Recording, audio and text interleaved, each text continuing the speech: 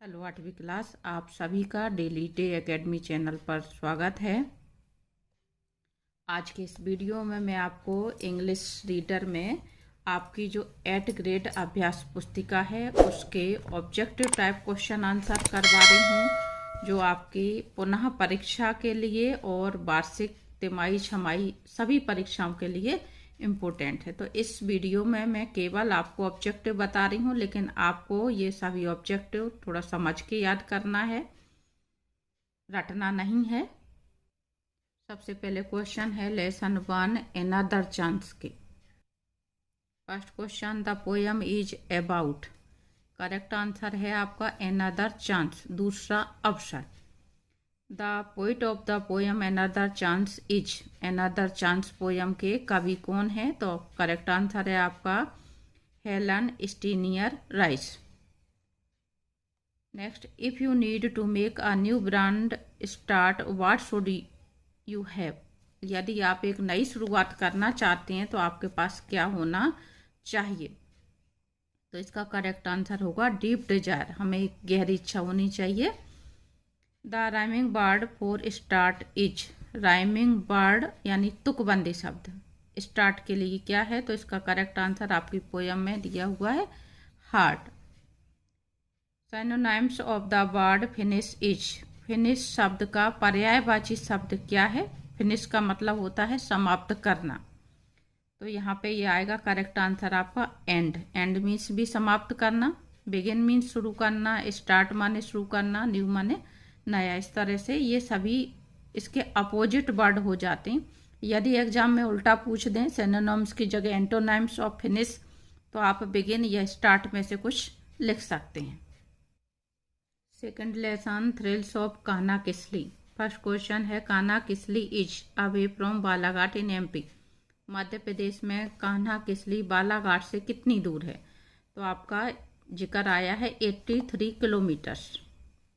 Dev visited Kanha Kisli with his. Dev Kanha Kisli भ्रमण करने किसके साथ गया था? तो करेक्ट आंसर है पेरेंट्स, अपने माता पिता के साथ। If you visit Kanha Kisli how would you go for locating tigers. यदि आप कान्हा किसली विजिट पर जाते हैं तो आप टाइगर को देखने के लिए किस पर जाएंगे? बाइसिकल से, हॉर्स से, एलिफेंट से, ऑन फुट या पैदल?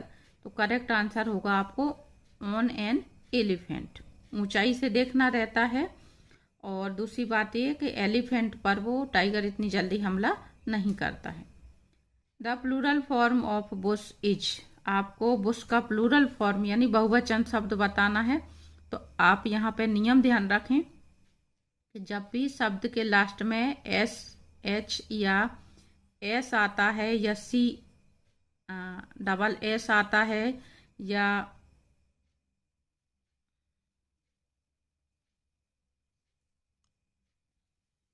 सी एच आता है, तो इन सभी शब्दों का प्लूरल बनाने के लिए हमें पीछे से ई एस लगाना होता है। तो करेक्ट आंसर होगा आपका ये वाला, क्योंकि ये स्पेलिंग यही हुई और पीछे से ई एस लगाया हुआ है, बुश का हुआ बुशेस। तो ये नियम आपको आगे दूसरी चीजों के लिए भी ध्यान रखना है। The pair word of bread is. Bread शब्द के लिए पेयर शब्द यानी जोड़ी वाला शब्द क्या है? तो ये आएगा बटर। ब्रेड एंड बटर कहते हैं। तो ये आपके सेकंड लेसन में आए हुए हैं शब्द बहुत सारे, आप उनको याद करके रखें, उनमें से एग्जाम में आ सकते हैं। ये lesson third, the ungrateful jeweller. Whom did the wood cutter not see in the well. कुएं में वुड कटर ने किसको नहीं देखा था? 3 देखे थे उसने, मंकी, स्नेक और टाइगर। तो रैबिट को नहीं देखा था। करेक्ट आंसर होगा आपका rabbit. Who help the wood cutter first. सबसे पहले वुड कटर की हेल्प किसने की? तो सबसे पहले वो जंगल में लकड़ी काटने जाता, वहीं से शुरुआत होती है, तो आपका करेक्ट आंसर आएगा आ मंकी। नेक्स्ट क्वेश्चन है if you see someone in trouble what would you do. यदि आप किसी को परेशानी में देखेंगे तो आप क्या करेंगे? आपको क्या करना चाहिए? तो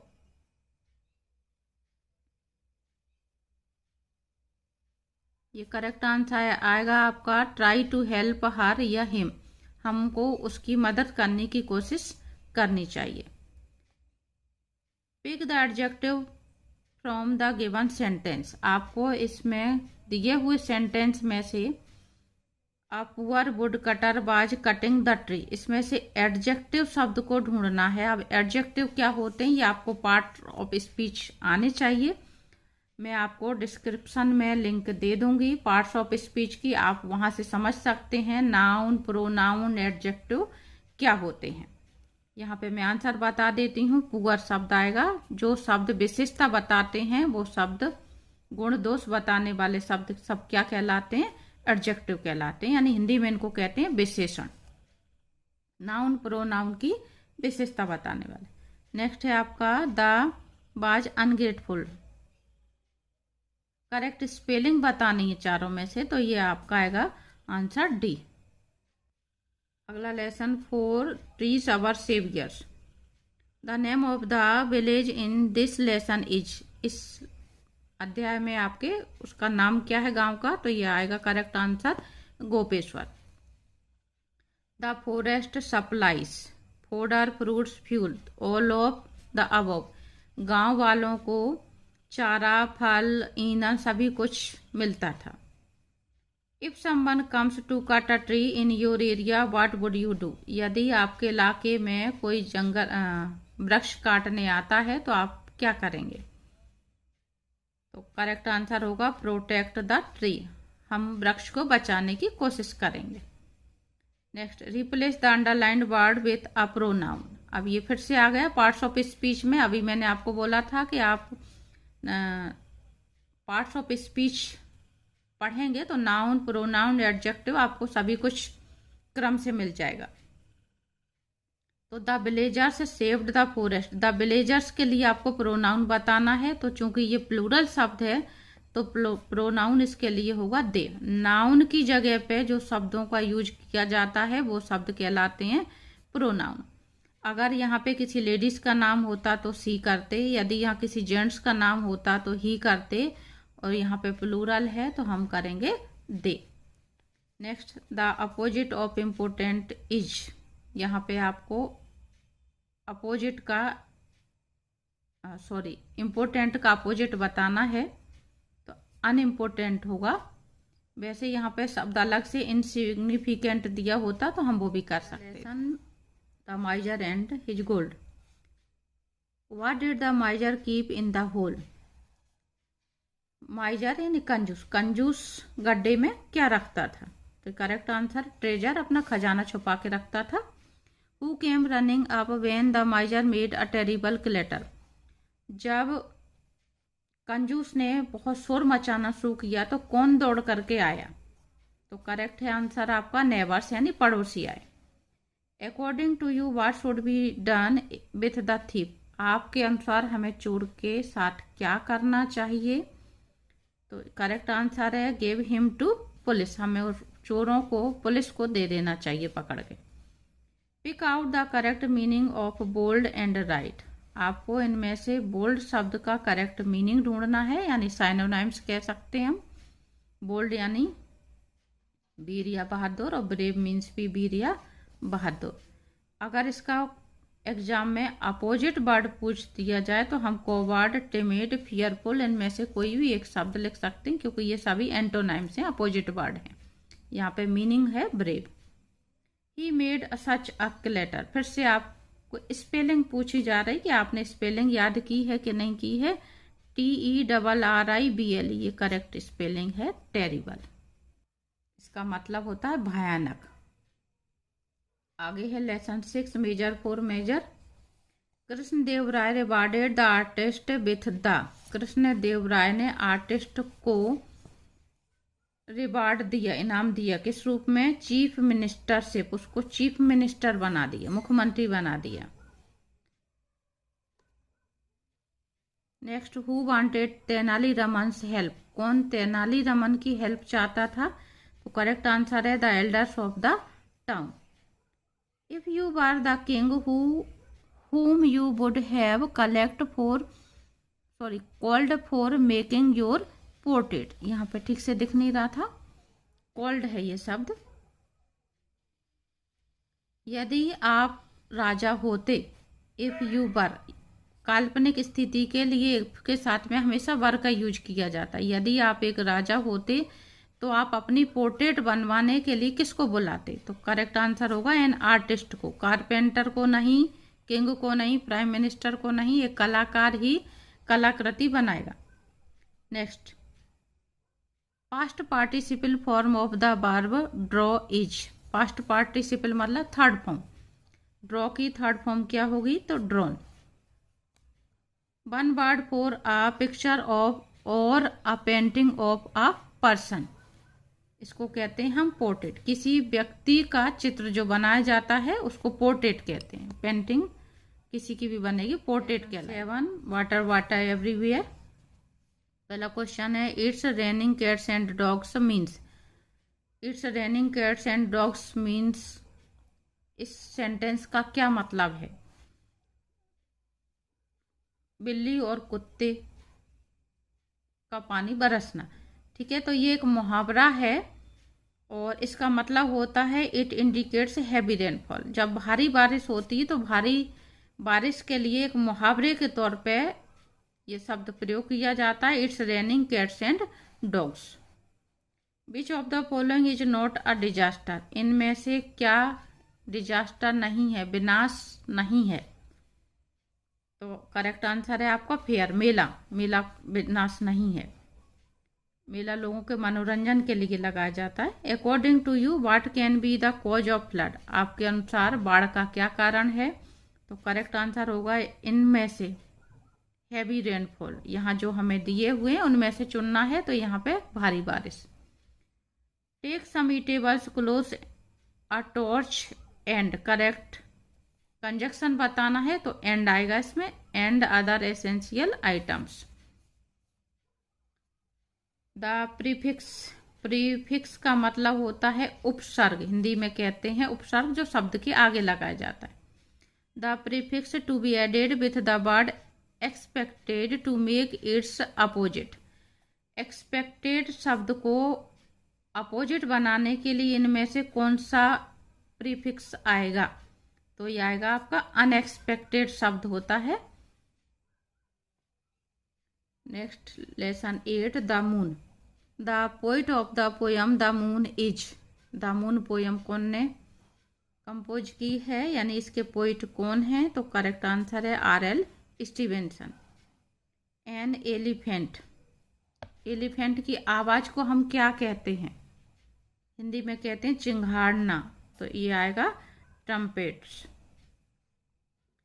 if you see this shape of the moon what will you call it. ये मून का दृश्य दिखाया जा रहा है इस तरह से, तो ये क्रीसेंट मून कहलाएगा, अर्धचंद्राकार। One on streets and fields and. हर बार आएगा इसका करेक्ट आंसर स्क्वेज। सेंटेंस को कंप्लीट करना है, इसमें पोयम की लाइन है ये, तो हार्बर आएगा यहाँ पे। On streets and fields and harbour quays. Next है आपका the rhyming word for ball is. Ball, hall, tall सभी कुछ आ रहा है, तो all of this.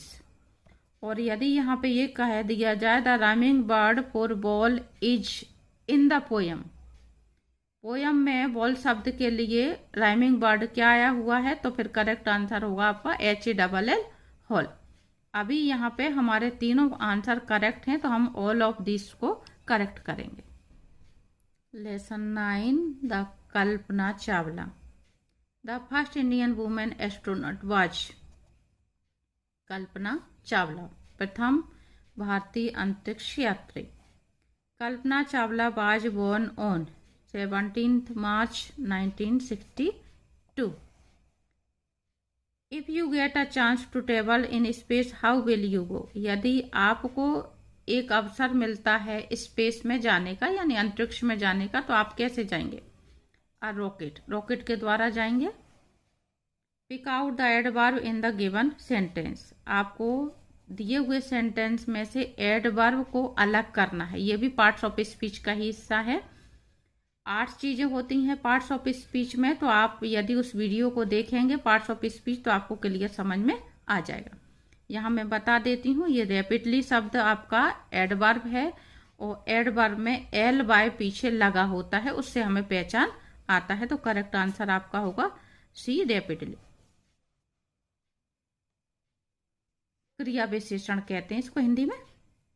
A person who travels in a space craft is called, वह व्यक्ति जो स्पेस क्राफ्ट में यात्रा करता है उसको हम अंतरिक्ष यात्री कहते हैं। तो correct answer C. The balloon man, where does the balloon man stay, balloon man कहाँ खड़ा होता है, मार्केट स्क्वायर, डी वाला करेक्ट आंसर है। Balloons are tied together with a, balloons आपस में बंधे होते हैं, किस चीज से बंधे होते हैं, अ स्ट्रिंग, एक धागे से बंधे होते हैं। If you get your favourite coloured balloon how would you react, यदि आपको आपके मनपसंद रंग का बलून मिल जाए, गुब्बारा मिल जाए, तो आप क्या करेंगे। करेक्ट आंसर होगा यू विल बी हैप्पी, आप खुश होंगे, रोएंगे नहीं, चिल्लाएंगे नहीं, दुखी नहीं होंगे, इसको फोड़ेंगे नहीं, बल्कि आप पा करके खुश होंगे। तो डी वाला correct answer. The opposite of pretty is, pretty शब्द का विपरीत यानी विलोम शब्द बताना है। प्रेटी यानी सुंदर और अगली यानी बदसूरत। तो करेक्ट आंसर होगा आपका C. Give one word for a hard or sudden pull, तो ये आएगा आपका टग। हम बलून के धागे को क्या करते हैं, अचानक ऐसे पकड़ के खींचा करते हैं, तो इस तरह से उसको कहते हैं हम टग।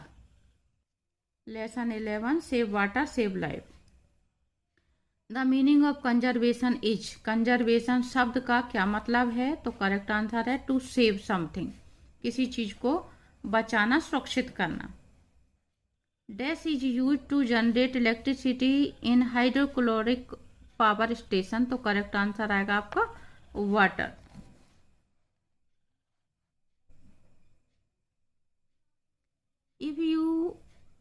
If your area often face drought which program you should start to solve the problem, यदि आपके इलाके में कोई सूखा पड़ता है, ड्रॉट यानी सूखा, तो आप उस समस्या को दूर करने के लिए कौन सा प्रोग्राम चालू करेंगे। तो ये आएगा आपका वाटर कंजर्वेशन, सूखे से संबंधित है, पानी को बचाना या पानी को सुरक्षित करना।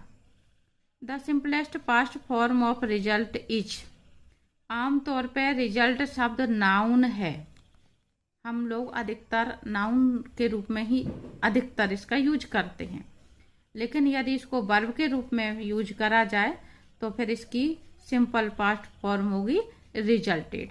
आमतौर पे हम नाउन के रूप में बोलते हैं। A dash is the artificial man made unit to save the water, तो ये आएगा डैम। डैम जो है वो मानव द्वारा बनाई हुई ऐसी यूनिट है जो पानी को बचाने के लिए उपयोग में लेते हैं। The know more about, the word wheel is derived from a, wheel शब्द कहाँ से आया है, तो करेक्ट आंसर है आपका Dravidian word. The walls of the houses are decorated with, जो भील लोग हैं उनकी जो दीवारें हैं वो पिथौरा पेंटिंग से डेकोरेटेड रहती हैं, तो करेक्ट आंसर बी होगा Pithora painting. Next, according to you what can be done to bring the tribal culture into the limelight, आपके अनुसार जो आदिवासी कल्चर है उसको लाइमलाइट में यानी प्रकाश में लाने के लिए हमें क्या करना चाहिए। प्रमोट देयर आर्ट फॉर्म्स, हमें उनकी जो कलाकृतियां हैं उनको प्रमोट करना चाहिए, उनको बढ़ावा देना चाहिए। Which suffix is added to the word nature to make it an adverb, adverb बनाने के लिए हमें नेचुरल शब्द में कौन सा प्रत्यय लगाना चाहिए। सफिक्स यानी होता है प्रत्यय और प्रीफिक्स यानी होता है उपसर्ग, तो एल वाई इस शब्द के पीछे लग जाएगा तो ये नेचुरली शब्द हो जाएगा और ये एडवर्ब बन जाएगा। One word for the traditions, stories and beliefs is. अनेक शब्दों का एक शब्द आ रहा है। ट्रेडिशंस, स्टोरीज और बिलीफ्स, इन सभी के लिए क्या एक शब्द होगा? Folklores. Lesson 13 virtue pays. The son of Madri is. Madri का सन कौन था, यानी पुत्र कौन था? तो आएगा correct answer Nakula. Who was the spirit of the woods. जंगल का देवता कौन था? तो करेक्ट आंसर आएगा Yaksha. According to you what is the way to be happy. आपके अनुसार खुश रहने का तरीका क्या है? टू बी काइंड, हमें सभी के प्रति दयालु होना चाहिए। Past form of grow is. Grow की पास्ट फॉर्म क्या होगी? तो करेक्ट आंसर होगा आपका grew. Opposite of friend is. Friend का अपोजिट वर्ड क्या है? तो अगला आएगा इसका आंसर बी नंबर, एनिमी यानी दुश्मन। और यदि साइनोनिम्स पूछ दिया जाता है तो आप इन शब्दों को यूज कर सकते हैं। Lesson 14 Azad the martyr. The award Shaheed Chandrashekhar Azad memorial award carries on amount of.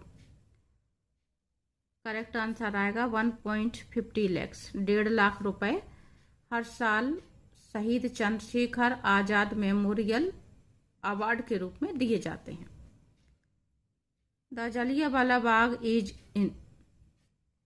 B वाला answer Amritsar. According to you what can be done to honour the freedom fighters. आपके अनुसार फ्रीडम फाइटरों को सम्मान देने के लिए हमें क्या करना चाहिए? एस्टेब्लिश मेमोरियल्स, उनकी याद में हमें कुछ चीजें स्थापित करनी चाहिए, यानी कोई इस तरह का जैसे कि अवार्ड घोषित किया गया है, ऐसी कोई चीजें हमें करना चाहिए। Modal verb in we should respect the national symbol is. इस सेंटेंस में आपको मॉडल हेल्पिंग वर्ब बतानी है, तो ये है आपकी शुड। करेक्ट आंसर होगा C. The synonyms of trouble is. Trouble का पर्यायवाची शब्द क्या है? तो यहाँ पे करेक्ट आंसर होगा आपका डेंजर। और ये सब शब्द इसके अपोजिट वर्ड हो जाएंगे। Next, a secret. In just be 3 one is a bird, one is poet and the other one is. Just be 3 में एक बर्ड है, एक पक्षी है, एक कवि है और तीसरा कौन है? तो करेक्ट आंसर है cherry tree. How many eggs are laid by the robin. Robin के द्वारा कितने अंडे दिए गए हैं? तो ये आएगा आपका correct answer 4। If we were robin where should you if you were robin where would you like to live. यदि आप रॉबिन होते, यानी रॉबिन पक्षी होते, पक्षी का नाम है रॉबिन, तो पक्षी कहाँ रहते हैं? नेक्स्ट में, तो in the next correct answer होगा। The synonyms for build is construct. Build का मतलब होता है निर्माण करना और कंस्ट्रक्ट का मतलब भी होता है निर्माण करना। इसका अपोजिट हो जाएगा डिस्ट्रॉय यानी नष्ट करना, डैमेज यानी भी नष्ट करना, ब्रेक यानी तोड़ना। Simple past form of the verb know is, तो ये आएगा न्यू।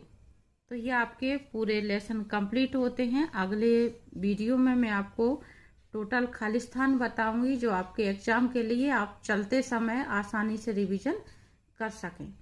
उम्मीद करती हूँ आपको वीडियो पसंद आया होगा। वीडियो पसंद आए तो लाइक कर दें, शेयर करें, चैनल को सब्सक्राइब करें।